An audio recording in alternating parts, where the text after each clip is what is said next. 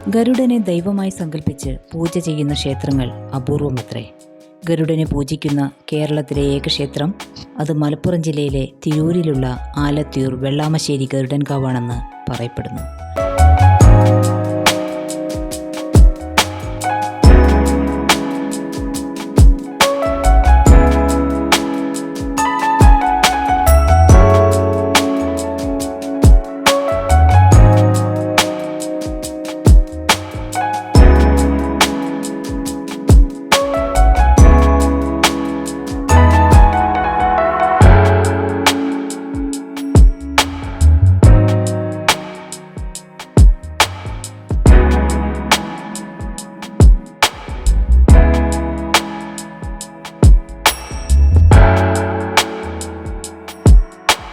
സർപ്പങ്ങളുടെ അന്തകനായ ഗരുഡ ഭഗവാന്റെ അനുഗ്രഹമുണ്ടെങ്കിൽ സർപ്പദോഷങ്ങളിൽ നിന്നും സർപ്പഭയങ്ങളിൽ നിന്നും മോചനം നേടാനാകുമെന്നാണ് വിശ്വാസം. മാതൃപുത്ര സ്നേഹത്തിൻ്റെ ഉത്തമോദാഹരണമായ പക്ഷിശ്രേഷ്ഠനായ ഗരുഡൻ്റെ കഥ കൂടുതൽ അറിയാനായി നമുക്ക് ഐതിഹ്യകഥകളെ കൂട്ടുപിടിക്കാം. കശ്യപൻ എന്ന മുനിയുടെ പത്നിമാരായ കദ്രുവിൽ നിന്നും വിനതയിൽ നിന്നുമാണ് കഥ തുടങ്ങുന്നത്. ഇഷ്ടമുള്ള ഓരോ വരങ്ങൾ ആവശ്യപ്പെടാൻ കശ്യപൻ ഭാര്യമാരോട് ആവശ്യപ്പെട്ടു.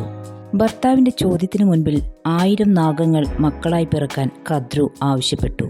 എന്നാൽ കദ്രുവിൻ്റെ പുത്രന്മാരെക്കാൾ ശക്തരായ 2 മക്കൾ വേണമെന്നാണ് വിനത ആവശ്യപ്പെട്ടത്. കാലങ്ങൾ കടന്നപ്പോൾ കദ്രുവിൻ്റെ മുട്ടകൾ വിരിഞ്ഞ് 1000 നാഗങ്ങൾ പിറന്നു. എന്നാൽ കാത്തിരുന്നിട്ടും തൻ്റെ കുഞ്ഞുങ്ങൾ പിറക്കാത്തതിനാൽ ക്ഷമകെട്ട് വിനത 2 മുട്ടകളിലൊന്ന് പൊട്ടിക്കുന്നു. അതിൽ നിന്ന് പൂർണ്ണ വളർച്ചയെത്താത്ത അരുണൻ പുറത്തു വന്നു. തൻ്റെ വളർച്ച പൂർത്തിയാക്കാൻ സമ്മതിക്കാത്ത അമ്മയെ അരുണൻ ശപിച്ചു. കദ്രുവിൻ്റെ ദാസിയായി മാറാൻ ഇടവരട്ടെ എന്നായിരുന്നു ആ ശാപം. തൻ്റെ തെറ്റ് മനസ്സിലാക്കി ശാപമോക്ഷത്തിനായി കേണ വിനതയോട് 500 വർഷങ്ങൾക്ക് ശേഷം വിനതയ്ക്ക് ഒരു പുത്രൻ കൂടി പിറക്കുമെന്നും ആ മകൻ അമ്മയ്ക്ക് ശാപമോക്ഷത്തിനുള്ള വഴി തുറക്കുമെന്നും അരുണൻ പറഞ്ഞു. പാലാഴി മദന സമയത്താണ് അരുണൻ്റെ ശാപം ഫലിച്ചത്. പാലാഴി മദനത്തിൽ ദേവേന്ദ്രന് ലഭിച്ച ഉച്ചൈശ്രവസ് എന്ന കുതിരയുടെ വാലിൻ്റെ നിറത്തെ ചൊല്ലി കദ്രുവും വിനതയും തമ്മിൽ തർക്കങ്ങളുണ്ടായി. കുതിരയുടെ വാൽ കറുത്തതാണെന്ന് കദ്രുവും വെളുത്തതാണെന്ന് വിനതയും വാദിച്ചു. പന്തയത്തിൽ തോൽക്കുന്നയാൾ ജയിക്കുന്ന ആളിൻ്റെ ദാസിയാകണമെന്ന് നിബന്ധനയും വെച്ചു. പന്തയത്തിൽ തോൽക്കുമെന്നുറപ്പായ കദ്രു ഒരു ചതി പ്രയോഗിച്ചു. കദ്രുവിൻ്റെ നിർദ്ദേശമനുസരിച്ച് നാഗങ്ങൾ കുതിരയുടെ വാലിൽ പറ്റിച്ചേർന്ന് കിടക്കുകയും കാഴ്ചയിൽ വാൽ കറുത്തതാണെന്ന് തോന്നിക്കുകയും ചെയ്തു. പന്തയത്തിൽ തോറ്റ വിനത അങ്ങനെ കദ്രുവിൻ്റെ ദാസിയായി. പിന്നീട് അങ്ങോട്ട് വിനതയ്ക്ക് കാത്തിരിപ്പിൻ്റെ നാളുകളായിരുന്നു. 2ാമത്തെ മകൻ്റെ ജനനത്തിനായുള്ള കാത്തിരിപ്പിനൊടുവിൽ വിനതയുടെ 2ാമത്തെ പുത്രനായി ഗരുഡൻ ജനിച്ചു. അമ്മയിൽ നിന്ന് പഴയ കഥകൾ കേട്ടെടുത്ത ഗരുഡൻ അമ്മയെ ദാസ്യത്തിൽ നിന്ന് മോചിപ്പിക്കാനുള്ള ഉപായം കണ്ടെത്താനായി നാഗങ്ങളുടെ അടുത്തെത്തി. ദേവലോകത്തു നിന്ന് അമൃതെത്തിച്ചാൽ അമ്മയെ ദാസ്യത്തിൽ നിന്ന് മോചിപ്പിക്കാനാകുമെന്ന് നാഗങ്ങൾ ഉറപ്പു നൽകി. തൻ്റെ ലക്ഷ്യം പൂർത്തീകരിക്കാനായി വിനതയുടെയും കശ്യപിൻ്റെയും അനുഗ്രഹം വാങ്ങി ഗരുഡൻ യാത്രയായി. ദേവന്മാരെ പരാജയപ്പെടുത്തി ഗരുഡൻ അമൃത് സ്വന്തമാക്കി.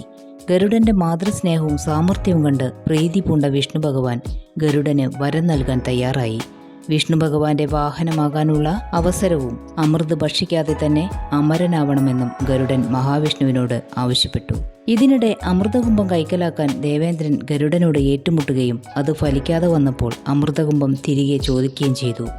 എന്നാൽ നാഗങ്ങളെ ഭക്ഷണമാക്കാനുള്ള കഴിവ് നൽകിയാൽ അമൃതകുംഭം തിരികെ നൽകാമെന്ന് പറഞ്ഞതനുസരിച്ച് ദേവേന്ദ്രൻ അത് സമ്മതിക്കുകയും ചെയ്തു. അമ്മയെ ദാസ്യത്തിൽ നിന്ന് രക്ഷപ്പെടുത്താനായി നാഗങ്ങൾക്ക് നൽകിയ വാക്ക് പാലിക്കാൻ അമൃതകുംഭം നാഗങ്ങളുടെ കയ്യിലേൽപ്പിക്കുമെന്നും അവർ ദേഹശുദ്ധി വരുത്താൻ തയ്യാറെടുക്കുന്ന സമയം നോക്കി അമൃതകുംഭം കൈവശപ്പെടുത്തിക്കൊള്ളണമെന്നും ഗരുഡൻ ദേവേന്ദ്രനോട് പറഞ്ഞു. ദർഭപ്പുല്ലിൻ്റെ പുറത്ത് അമൃതകുംഭം വെച്ച് നാഗങ്ങൾ ദേഹശുദ്ധി വരുത്താൻ പോയ തക്കം നോക്കി ദേവേന്ദ്രൻ അമൃതകുംഭം കൈക്കലാക്കി.